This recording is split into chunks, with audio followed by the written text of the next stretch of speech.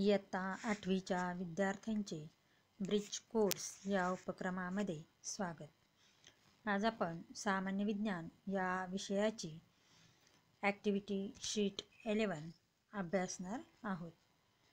त्यामध्ये आपण properties of heat energy, transfer of heat, modes of heat transfer, त्यानंतर heating effect, expansion and contraction हे point अभ्यासणार आहोत. आता या ठिकाणी पहा, प्रॉपर्टीज ऑफ हीट एनर्जी म्हणजेच उष्णता ऊर्जेचे गुणधर्म, ट्रान्सफर ऑफ हीट उष्णतेचे संक्रमण, मोड्स ऑफ हीट ट्रान्सफर उष्णतेच्या संक्रमणाचे प्रकार, हीटिंग इफेक्ट म्हणजेच उष्णतेचे परिणाम, मग उष्णतेचा परिणाम त्याच्यामध्ये एक्सपान्शन अँड कॉन्ट्रॅक्शन म्हणजेच एक्सपान्शन म्हणजेच प्रसरण आणि कॉन्ट्रॅक्शन म्हणजेच आकुंचन. अशा पद्धतीचे पॉईंट आपण या ॲक्टिव्हिटीमध्ये अभ्यासणार आहोत. त्यासाठी आपल्याला रेफरन्स दिलेला आहे.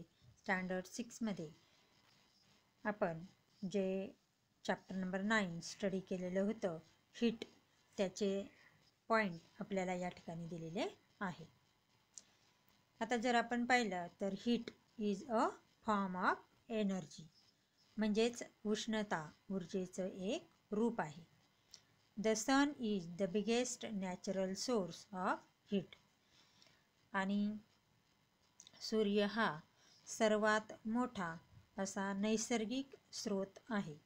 म्हणजे सूर्य हा उष्णतेचा सर्वात मोठा असणारा नैसर्गिक स्रोत आहे. A thermometer is used to measure the temperature of a substance. Thermometer म्हणजे तापमापी, म्हणजेच तापमान मोजण्यासाठी तापमापीचा उपयोग केला जातो. म्हणजेच कुठल्याही पदार्थाचं तापमान जर मोजायचं असेल तर तापमापीचा म्हणजे थर्मामीटरचा उपयोग केला जातो. A clinical thermometer is used to measure the human body temperature. Clinical thermometer हे यूज केलं जातं कशासाठी? To measure human body temperature म्हणजेच मानवी शरीराचं तापमान मोजण्यासाठी क्लिनिकल थर्मामीटरचा यूज केला जातो. पुढचा पॉईंट आहे ट्रान्सफर ऑफ हीट म्हणजेच उष्णतेचे संक्रमण. Transfer of heat means the flow of heat from one place to another. Transfer of heat म्हणजेच उष्णतेचे संक्रमण. मग उष्णतेचे संक्रमण म्हणजे काय? तर the flow of heat from one place to another म्हणजे उष्णतेचं एका ठिकाणाहून दुसऱ्या ठिकाणी वाहत जाणे किंवा वाहने, त्यालाच ट्रान्सफर ऑफ हीट म्हणजेच उष्णतेचे संक्रमण असं म्हटलं जातं. Heat is transferred from a hot body to a cold body. म्हणजेच उष्णतेचं वहन हे कशा पद्धतीने होत असतं किंवा संक्रमण हे गरम वस्तूकडून थंड वस्तूकडे होत असतं. म्हणजेच एखादी वस्तू जर गरम असेल तर तिच्या संपर्कात दुसरी थंड असणारी वस्तू जर ठेवली तर ती सुद्धा गरम होऊ लागते. मग ही वहनाची क्रिया कुठपर्यंत चालू राहते? तर जोपर्यंत दोन्ही पदार्थांचं तापमान किंवा दोन्ही वस्तूंचं तापमान समान होत नाही तोपर्यंत ही प्रक्रिया चालू राहते. म्हणजे अशा पद्धतीनं ही जी उष्णता आहे तिचं संक्रमण हे हॉट बॉडीकडून कोल्ड बॉडीकडे म्हणजेच गरम वस्तूकडून थंड वस्तूकडे होत असते. त्यानंतर पुढचा पॉईंट आहे मोड्स ऑफ हीट ट्रान्सफर म्हणजे उष्णतेच्या संक्रमणाचे प्रकार. पहिला प्रकार आहे कंडक्शन म्हणजेच वहन. Transfer of heat from the hot part of an object to the cold part is called conduction of heat. मग या ठिकाणी कंडक्शन कशाला म्हणायचं आहे त्याची व्याख्या आपल्याला या ठिकाणी दिलेली आहे. Transfer of heat from the hot part to an object to the cold part म्हणजेच एखाद्या वस्तूचं संक्रमण हे उष्ण भागाकडून थंड भागाकडे होणे यालाच कंडक्शन ऑफ हीट म्हणजेच उष्णतेचे वहन असे म्हणतात. In conduction the particles of material medium do not actually migrate. मग ही जी कंडक्शन प्रोसेस आहे त्याच्यामध्ये काय घडतं, द पार्टिकल्स ऑफ मटेरियल म्हणजे तो जो पदार्थ आहे त्याचे जे कण आहेत, the particles of material medium do not actually migrate म्हणजेच त्या पदार्थाचं जे माध्यम आहे त्याच्यामध्ये असणारे हे जे कण आहेत त्यांचं मायग्रेशन म्हणजेच मुव्हेबल किंवा मुवमेंट त्या ठिकाणी होत नाही. म्हणजे थोडक्यात त्या मीडियममध्ये असणारे जे पार्टिकल्स असतील त्याचं या ठिकाणी हालचाल होत नाही. They only transfer the heat from one particle to the next particle. मग हे जे आहेत हे काय करत असतात, they only transfer the heat, ते फक्त उष्णतेचं संक्रमण करतात. From one particle to the next particle म्हणजे एका कणाकडून दुसऱ्या कणाकडे संक्रमण करत असतात. Medium is required for the conduction of heat आणि उष्णतेचं वहन होण्यासाठी माध्यमाची आवश्यकता असते. आता या ठिकाणी एक छोटीशी कृती आपल्याला करायला सांगितलेली आहे पहा. Take an iron nail, hold one end of the nail with your hand. काय करायचे पहा, या ठिकाणी एक लोखंडाचा खिळा घ्यायचा आहे आणि त्याचं जे एक टोक आहे ते तुमच्या हातांमध्ये पकडायचे. And hold the other end to the other end of the nail on the flame of burning candle. म्हणजे एक पेटती मेणबत्ती घ्यायची आणि त्या पेटत्या मेणबत्तीच्या ज्योतीवर त्या खिळ्याचं एक टोक पकडायचं आणि एक टोक आपल्या हातामध्ये पकडायचे. फॉर सम टाईम म्हणजे थोडा वेळ ही प्रक्रिया करायची. रेकॉर्ड युअर ऑब्झर्वेशन आणि तुमचं जे काही निरीक्षण आहे ते या ठिकाणी नोंदवायचं आहे. आता या ठिकाणी काय होईल, हा लोखंडी खिळा ज्याच्यावर आपण फ्लेम पकडलेली आहे तो गरम व्हायला सुरुवात होईल.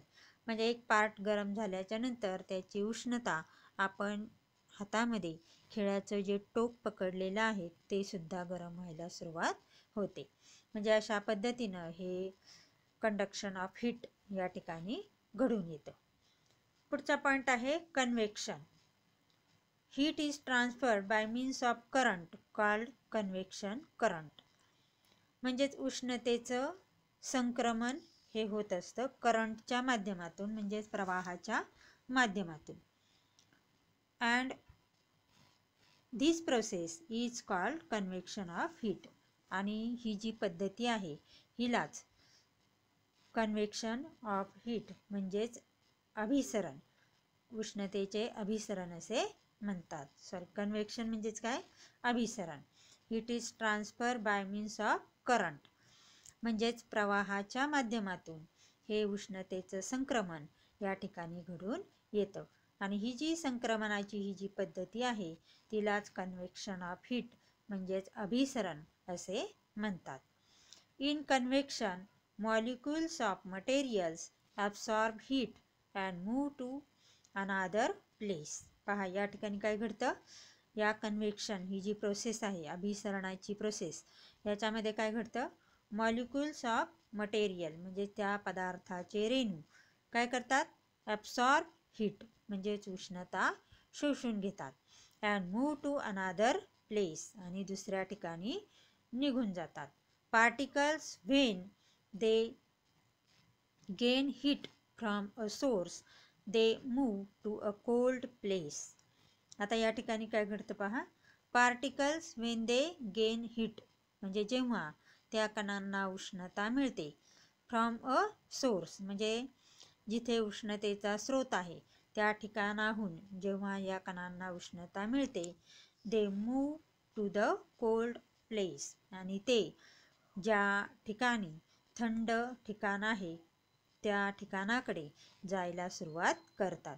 Convection can occur in liquid. ही अभिसरणाची ही जी पद्धती आहे ही लिक्विड पार्टिकल्समध्ये म्हणजेच जे द्रवरूप पदार्थ आहेत त्यांच्यामध्ये घडून येते. अँड गॅसियस सबस्टन्सेस आणि वायुरूप पदार्थ जे असतात त्यांच्यामध्ये कन्व्हेक्शनची प्रोसेस घडून येते. Convection needs a medium. आता कन्व्हेक्शन म्हणजे अभिसरणासाठी सुद्धा माध्यमाची आवश्यकता असते. अशा पद्धतीने हे जे कंडक्शन, कन्व्हेक्शन या ठिकाणी आपण अभ्यासलं. आता या ठिकाणी एक चित्र दाखवलेलं आहे पहा. या चित्रामध्ये तीनही प्रोसेस आपल्याला या ठिकाणी दाखवलेल्या आहेत पहा. एक आहे कंडक्शन, दुसरी आहे कन्व्हेक्शन आणि नंतर आहे रेडिएशन. रेडिएशन म्हणजेच प्रारणी. म्हणजेच ही जी प्रोसेस आहे ही आपण पुढे अभ्यासणार आहोत. आता कंडक्शनमध्ये काय होतं, उष्णतेचं एका ठिकाणाहून दुसऱ्या ठिकाणी जाणं होतं. त्यानंतर कन्व्हेक्शनमध्ये काय होतं, जे काही वॉटर पार्टिकल्स असतील ते खाली गरम झालेले वॉटर पार्टिकल्स वरती यायला सुरुवात होते आणि वरचे थंड पार्टिकल्स खाली जायला सुरुवात होते आणि अशा पद्धतीने संपूर्ण पाणी हे गरम व्हायला सुरुवात होते. आता रेडिएशन म्हणजेच काय, या ठिकाणी प्रारणी. म्हणजे जर चूल पेटवली किंवा गॅस पेटवला तर आपल्याला त्याच्या आजूबाजूचा परिसर हा थोडासा गरम झालेला आपल्याला जाणवतो आणि यालाच प्रारणी असं म्हणतात, म्हणजेच रेडिएशन्स. पुढचा पॉइंट आहे रेडिएशन म्हणजेच प्रारणी. The transfer of heat that takes place without a medium is called radiation. म्हणजे जेव्हा उष्णतेचं संक्रमण हे माध्यमाशिवाय होत असतं त्याला रेडिएशन म्हणजेच प्रारण असे म्हणतात. There is no air between the sun and the earth. त्या ठिकाणी सूर्यामध्ये आणि पृथ्वीमध्ये कोणत्याही हवेचं माध्यम नसते. And we still receive heat energy from the sun. आणि तरीसुद्धा आपल्याला सूर्यापासून उष्णता मिळते. The ability of a substance to absorb heat radiation depends on its color and also its intrinsic properties. म्हणजेच कुठल्याही पदार्थाची क्षमता टू ॲब्सॉर्ब हीट रेडिएशन म्हणजेच हीट रेडिएशनद्वारा जी काही ॲब्सॉर्ब करण्याची जी क्षमता असते ती कलरवर डिपेंड असते. कलर म्हणजे रंग. मग हा रंग असेल किंवा अल्सो इट्स इंट्रिन्सिक प्रॉपर्टी किंवा त्यांचा जो आंतरिक गुणधर्म आहे त्याच्यावर अवलंबून असतो. म्हणजे अशा पद्धतीने रेडिएशन होण्यासाठी माध्यमाची आवश्यकता नसते, परंतु त्या पदार्थाची ही जी क्षमता आहे ही क्षमता मात्र त्या पदार्थाचा रंग किंवा त्या पदार्थाचे आंतरिक गुणधर्म यांच्यावर अवलंबून असते. त्यानंतर पुढचा पॉइंट आहे पहा, ट्राय धिस. या ठिकाणी एक छोटी कृती आपल्याला करायला सांगितलेली आहे. During the afternoon wear light coloured clothes. दुपारी काय करायचे, हलक्या रंगाचे कपडे घालायचे. And stand under the sun. आणि सूर्याच्या खाली उभं राहायचे. For some time. Then wear dark coloured clothes. त्यानंतर थोड्या वेळानंतर डार्क रंगाचे म्हणजे गडद रंगाचे कपडे घालायचे. And stand under the sun for some time. आणि थोडा वेळ सूर्याखाली उभं राहायचे. When do you feel hotter. आणि तुम्हाला कोणत्या वेळी गरम झालेले असेल याचं निरीक्षण करायचे. आता या ठिकाणी जेव्हा गडद रंगाचे कपडे घातलेले असतील त्यावेळी जास्तीत जास्त उष्णता ही खेचून घेतली जाते. म्हणजेच गडद रंग जास्तीत जास्त उष्णता खेचून घेतो आणि म्हणून या रंगामुळे हे जे गुणधर्म आहेत किंवा हा ॲब्सॉर्ब करण्याची जी क्षमता आहे ही जास्त प्रमाणामध्ये असते आणि म्हणून गडद रंगाचे कपडे घातल्याच्या नंतर जास्तीत जास्त गरम व्हायला सुरुवात होईल. त्यानंतर पुढचा पॉइंट आहे गुड कंडक्टर्स ऑफ हीट. म्हणजेच उष्णतेचे सुवाहक. The substances that allow heat to pass through them easily. आता या ठिकाणी गुड कंडक्टर्स कशाला म्हणायचे? The substances that allow heat to pass through them easily, म्हणजे असे पदार्थ की जे उष्णतेचं वहन किंवा उष्णता ही एका ठिकाणाहून दुसऱ्या ठिकाणी सहजपणे नेली जाते, आणि त्यालाच गुड कंडक्टर्स ऑफ हीट म्हणजेच उष्णतेचे सुवाहक असे म्हणतात. म्हणजे थोडक्यात असे पदार्थ की ज्यांच्यामधून उष्णता ही सहजपणे जाऊ शकते किंवा उष्णतेचे वहन होते, त्यालाच उष्णतेचे सुवाहक असे म्हणतात. त्यानंतर पुढचा पॉईंट आहे बॅड कंडक्टर्स ऑफ हीट, म्हणजेच उष्णतेचे दुर्वाहक. Substances through which heat is not pass easily. मग असे पदार्थ की ज्याच्यामधून उष्णता ही सहजपणे जाऊ शकत नाही, आणि त्यालाच काय म्हणायचं आहे? बॅड कंडक्टर्स ऑफ हीट, म्हणजेच उष्णतेचे दुर्वाहक. Try this. या ठिकाणी एक कृती करायची पहा. ही कृती पहा काय दिलेली आहे आपल्याला. प्लेस अ स्टील स्पून, एक स्टीलचा चमचा घ्यायचा आहे. A copper strip or rod, एक तांब्याचा छोटासा तुकडा घ्यायचा आहे. अ डिव्हायडर, म्हणजे तुमच्या कंपास बॉक्समध्ये असणारं जे कर्कटक आहे ते घ्यायचं आहे.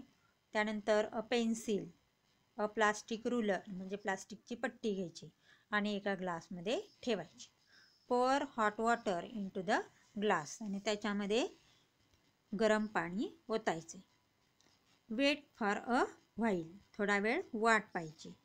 Then touch the outer end of each of the object, आणि थोड्या वेळानंतर प्रत्येक पदार्थाचा वरचा पृष्ठभाग हा त्याला स्पर्श करून पाहायचा आहे. Record your observation in the table below. आता या ठिकाणी एक टेबल दिलेला आहे, त्या टेबलमध्ये आपलं जे काही ऑब्झर्वेशन असेल ते या ठिकाणी नोंदवायचं आहे. मग जर ती वस्तू व्हेरी हॉट असेल तर त्या वस्तूचं नाव या ठिकाणी लिहायचं आहे, आणि ती वस्तू कशी होती? व्हेरी हॉट असं लिहायचं आहे. आणि मग तो गुड कंडक्टर की बॅड कंडक्टर हे आपल्याला या ठिकाणी नोंदवायचं आहे. त्यानंतर पुढचा पॉईंट आहे पहा. Expansion and contraction of a solid substance due to heat, म्हणजेच उष्णतेमुळे स्थायू पदार्थाचं होणारं प्रसरण आणि आकुंचन. मेटल एक्सपांड ऑन हिटिंग, म्हणजे जे मेटल्स आहेत म्हणजे जे धातू आहेत ते उष्णता दिल्याच्या नंतर प्रसरण पावतात. अँड कॉन्ट्रॅक्ट ऑन किलिंग, आणि ऑन कुलिंग म्हणजेच थंड केल्याच्या नंतर हे त्या ठिकाणी आकुंचन पावतात. Solids expands due to heat, आणि उष्णतेमुळे हे जे धातू आहेत हे धातू या ठिकाणी प्रसरण पावतात. And come back to the original state if heat is remove, पण जेव्हा उष्णता काढून घेतली जाते तेव्हा ते पुन्हा आहे त्या स्थितीमध्ये येतात. आता या ठिकाणी पहा, एक या ठिकाणी वस्तू घेतलेली आहे आणि त्याच्यामध्ये आपल्याला हा जो बॉल आहे म्हणजे हा लोखंडाचा धातू आहे, हा धातू या ठिकाणी एका साखळीच्या साहाय्याने याला बांधलेला आहे. आणि तो जेव्हा या ठिकाणी या धातूला आत्ता उष्णता दिलेली नाही, म्हणजे ही प्रोसेस कधी करायची? Before heating. मग ह्या धातूला जेव्हा उष्णता दिलेली नसेल तेव्हा या चकतीमधून हा जो धातू आहे हा धातू सहजपणे खाली येईल. परंतु जेव्हा या धातूला उष्णता दिली जाते तेव्हा त्याचं प्रसरण होतं, म्हणजेच हे जे धातू आहेत ते धातू प्रसरण पावतात, आणि धातू प्रसरण पावल्यामुळं या लोखंडी गोळ्याचा आकार हा वाढतो, आणि लोखंडी गोळ्याचा आकार वाढल्यामुळं या ठिकाणी ही जी चकती आहे याच्यामधून या बॉलचं या ठिकाणी बॉलचं जाणं या ठिकाणी होत नाही, म्हणजे तो आरपार जाऊ शकत नाही. म्हणजेच या ठिकाणी हे उष्णतेचं प्रसरण झाल्यामुळं या धातूचा आकार हा वाढलेला आहे आणि आकार वाढल्यामुळं त्या चकतीमधून तो धातू सहजपणे जाऊ शकत नाही. अशा पद्धतीनं हे एक्सपान्शन आणि कॉन्ट्रॅक्शन ऑफ मेटल्स हे या ठिकाणी घडून येतं. Expansion and contraction of liquids due to heat. उष्णतेमुळे होणारं लिक्विड जे पदार्थ आहेत म्हणजे जे द्रवरूप पदार्थ आहेत यांचं होणारं प्रसरण आणि आकुंचन.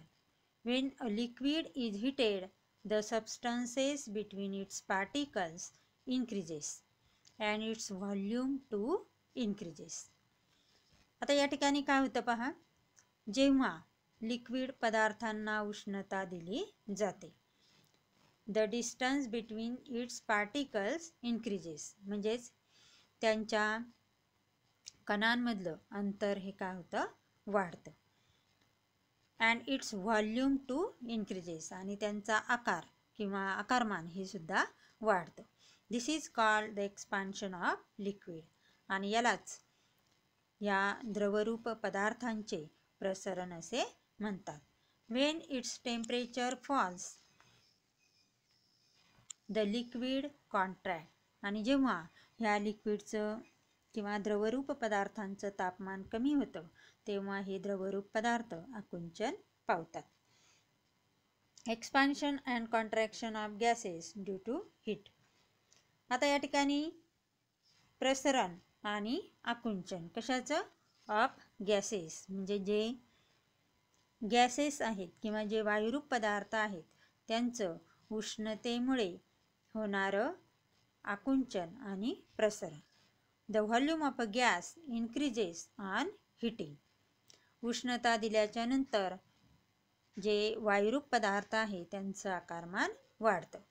दिस is called expansion of the gas, आणि त्यालाच वायूंचे प्रसरण असे म्हणतात.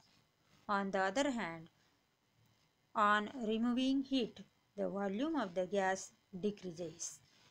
आता या ठिकाणी जेव्हा उष्णता काढून टाकली जाते तेव्हा या वायुरूप पदार्थांचं आकारमान हे कमी होतं, आणि त्यालाच कॉन्ट्रॅक्शन ऑफ द गॅस म्हणजेच वायूंचे आकुंचन असे म्हणतात.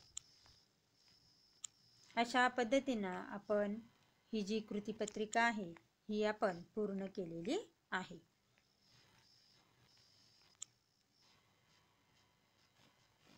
पुढचा पॉईंट आहे पहा, लेट्स प्रॅक्टिस. हा आपण या ठिकाणी सोडवून घेणार आहोत, आणि त्यासाठी आपण पुढील तासाला हा जो लेट्स प्रॅक्टिस आहे हा आपण सोडवून घेणार आहोत.